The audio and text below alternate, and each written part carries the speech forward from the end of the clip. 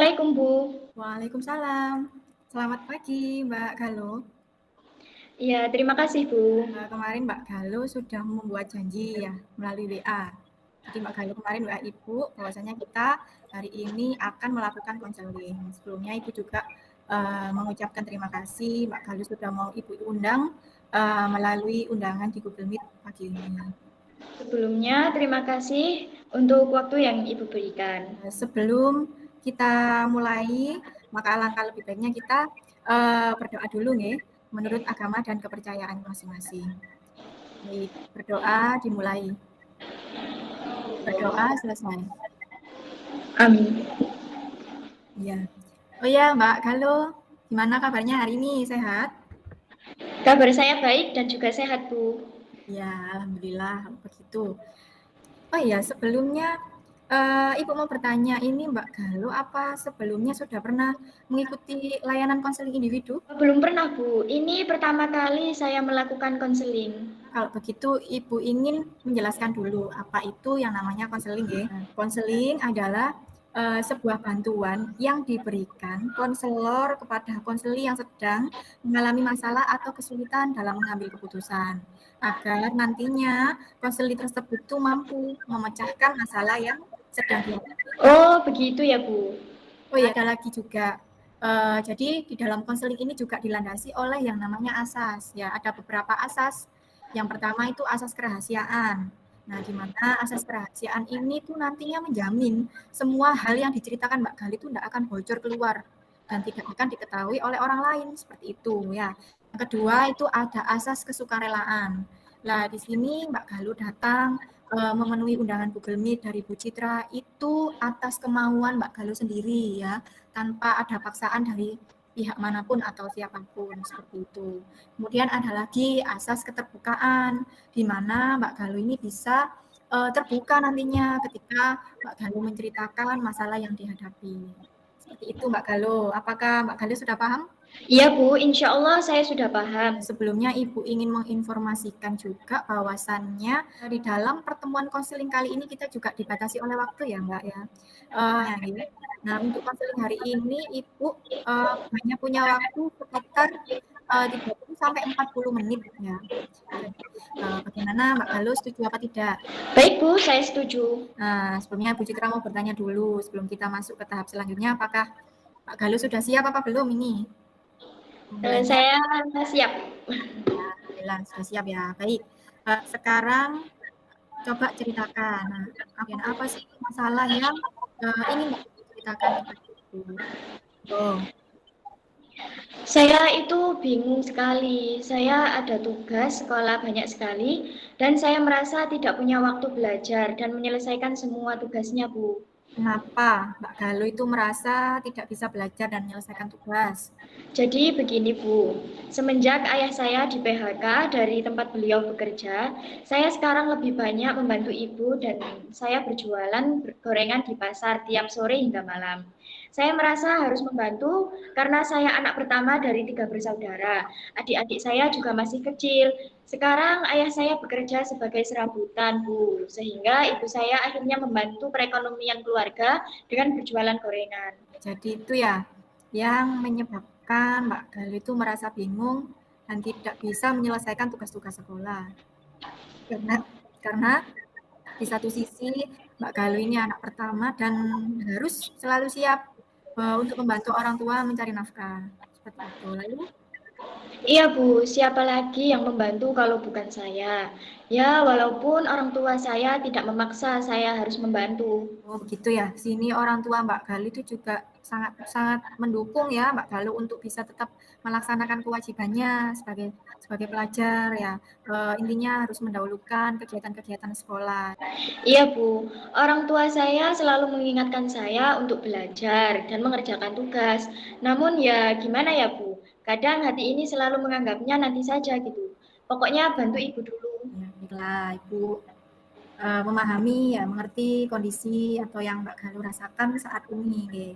Jadi pada intinya kan Mbak Galuh ini bingung ya membagi waktu karena kegiatan Mbak Galuh itu juga padat setiap harinya. Seperti itu nih. Iya Bu, benar sekali. Saya merasa seperti kekurangan waktu untuk belajar. Baik-baik. Lalu, kira-kira apa yang Mbak Galuh inginkan nantinya? Ya, saya tidak ingin prestasi saya terus menurun, dan saya ingin tetap bisa membantu orang tua berjualan dan memiliki cukup waktu untuk kegiatan ekstra maupun belajar atau menyelesaikan tugas. Nah, baiklah. Sebelum kita melangkah, nah kita tetapkan dulu tujuan konseling kita kali ini. Nah, berarti tujuan dari konseling kita hari ini yaitu membantu Mbak Galuh untuk mengelola diri ya dalam hal mengatur waktu sehingga nantinya nilai atau prestasi Mbak Galuh di sekolah itu bisa meningkat ya, bisa kembali bagus serta Mbak Galuh juga bisa mengikuti lagi ya aktif kegiatan ekstra ya terus juga bisa seimbang membantu kegiatan orang tua di rumah. Seperti itu ya. Iya, Bu. Saya ingin bisa membagi waktu saya dengan baik antara belajar, kegiatan ekstra, dan membantu orang tua berjualan. Saya ingin semuanya bisa seimbang. Ibu mengerti. Pernah tidak Mbak Galuh ini membuat seperti jadwal keseharian? Belum pernah, Bu. Baik, sebelumnya Ibu ingin menunjukkan dulu nih sebuah video singkat ya, bagaimana nanti bisa mengatur dan mengelola waktu dalam keseharian. Bentar ya, Ibu putarkan video dulu. Sudah keluar suaranya ya Mbak Galuh? Sudah, Bu. Alhamdulillah, didengarkan ya, disimak. Contohnya sebagai berikut. Pada pukul 4 pagi, kegiatan yang dilakukan adalah bangun pagi, menunaikan sholat subuh bagi mereka yang menjalankan, dilanjutkan dengan membantu pekerjaan orang tua.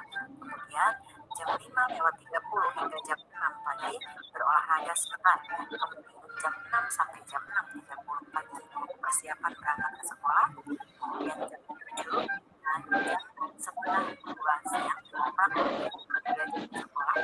Ini ada beberapa contoh untuk dapat menjadi waktu belajar yang baik. Caranya yang pertama, setelah tidur siang sekitar pukul 4 sore hingga jam 5 sore. Kemudian yang kedua, setelah subuh sekitar jam setengah 5 hingga jam setengah 6.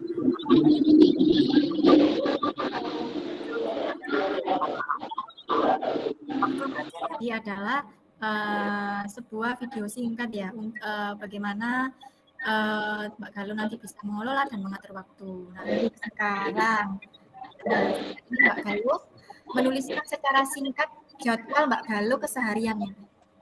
Iya, Bu, saya akan menulisnya. Ya, silakan dituliskan sebentar saja.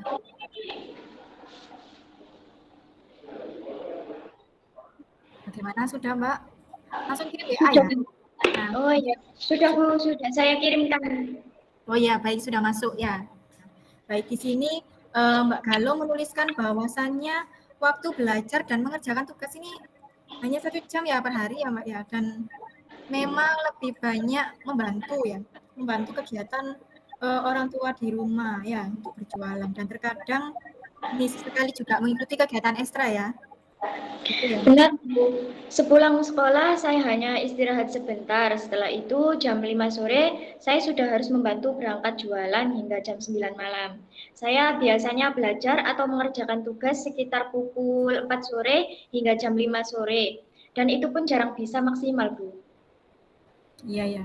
Baik, lalu menurut Mbak Galuh, apakah waktu belajar itu cukup? Dan kira-kira apa yang bisa Mbak Galuh lakukan di kegiatan Mbak Galuh atau di sela-sela kegiatan Mbak Galuh membantu orang tua?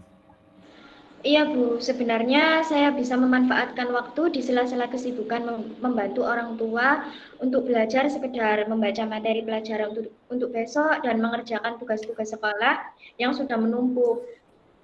Nah, baik, di sini Ibu juga akan membantu Mbak Galuh ya, hanya membantu ya, di sini membantu mendampingi Mbak Galuh untuk merumuskan jadwal ulang ya Mbak Galuh. Nah, di sini Ibu percaya Mbak Galuh bisa membuatnya. Nah, ini ada lembar self manajemen ya. Sudah Ibu kirimkan WA Mbak Galuh ya, bisa dilihat di situ. Ya, sudah masuk ya Mbak Galuh. Nah, Sudah masuk, Bu. Oke, di situ ada tabel agenda harian ya, di mana nanti Mbak Galuh menuliskan waktu, kemudian kegiatan apa yang dilakukan, seperti itu ya. Jadi, sekarang Mbak Galuh mulai mencatat ya semua kegiatan Mbak Galuh selama sehari penuh di kolom tersebut ya. Jadwal awal yang dituliskan Mbak Galuh tadi bahwa sepulang sekolah hanya menyempatkan belajar dan mengerjakan tugas itu hanya 1 jam ya. Terus setelah itu berangkat ke pasar membantu ibu, Nah, berarti pola tersebut yang harus dirubah ya. Seperti misalnya kan Galuh bisa memanfaatkan waktu atau menambah waktu belajar di sela-sela tetap membantu orang tua. Nah, seperti itu ya, Mbak. Baik, saya mengerti Bu. Saya akan mengatur ulang jadwal saya. Ya, baik. Ibu kasih waktu sebentar ya. Nah, silakan dirubah, dirumuskan ulang. Nanti dikirim WA lagi ya, langsung difoto, dikirim ke WA Ibu lagi. Iya Bu. Gimana? Pak Galuh sudah? Iya Bu, ini sudah selesai Bu. Baik. Nah, sudah dikirim ya? Iya Bu. Baik, sudah saya terima ini WA-nya. Wah, sudah difoto ya. Nah, ini jadwalnya yang sudah Mbak Galuh buat ini menurut saya sudah sesuai lah. Ya, sudah sesuai dengan proporsi waktunya. Nah, ini waktunya sudah seimbang ya antara belajar, kemudian kegiatan ekstra, kemudian istirahat, dan juga membantu orang tua. Nah, jadwal ini nantinya sampai lanjutkan di rumah ya. Jadi ditulis yang bagus, nanti bisa ditempelkan di dinding kamar ya. Iya Bu. Baik, ini untuk selanjutnya ada juga lembar kontrak diri ya Mbak Galuh ya. Nah di sini kontrak diri ini yaitu perjanjian Mbak Galuh dengan ibu ya. Jadi di sini kita akan menyusun konsekuensi dan juga reward. Nah tujuannya apa nanti? Tujuannya agar Mbak Galuh lebih bersemangat, ya, lebih bersemangat dan memiliki tekad, ya, untuk selalu konsisten terhadap jadwal yang gitu. Gimana? Iya Bu. Itu sudah Ibu kirimkan lagi ya untuk lembar kontrak dirinya ya. Oh iya Bu. Sudah Mbak, halo. Sudah Ya, Bu, sudah terima. jadi sebentar ya. Saya kasih tahu sebentar aja ya. Yes. Untuk konsekuensi dan rewardnya. Baik, sudah ya Mbak? Sudah Bu. Ibu silakan dibacakan. Jika saya melanggar jadwal yang telah saya buat, maka saya tidak mengikuti ekstra untuk sementara waktu dan mengganti untuk belajar. Tetapi jika saya dapat menjalankan jadwal belajar sesuai dengan jadwal dan prestasi saya dapat meningkat, maka saya akan meminta waktu bermain dan refreshing sejenak kepada orang tua. Dan juga mengikuti kegiatan pencak silat seminggu 2 kali, yang tadinya biasanya hanya saya ikut ekstra seminggu sekali. Bagus sekali ya. Mbak Galuh di sini telah memilih dan menentukan sendiri konsekuensi dan reward dari kontrak yang kita sepakati tadi. Nah, di sini Ibu yakin dan percaya ya, Mbak Galuh itu bisa melakukannya dengan baik. Ya, seminggu lagi kita akan ketemu lagi ya untuk melakukan evaluasi kegiatan yang sudah Mbak Galuh lakukan. Nah, apakah di sini Mbak Galuh benar-benar menerapkan jadwal dengan baik dan jujur. Dan agar treatment ini nantinya berjalan baik dan lancar, nah, Ibu juga akan menginformasikan ke orang tua Mbak Galuh ya, agar orang tua Mbak Galuh itu juga bisa memantau ya. Seperti itu ya Mbak ya.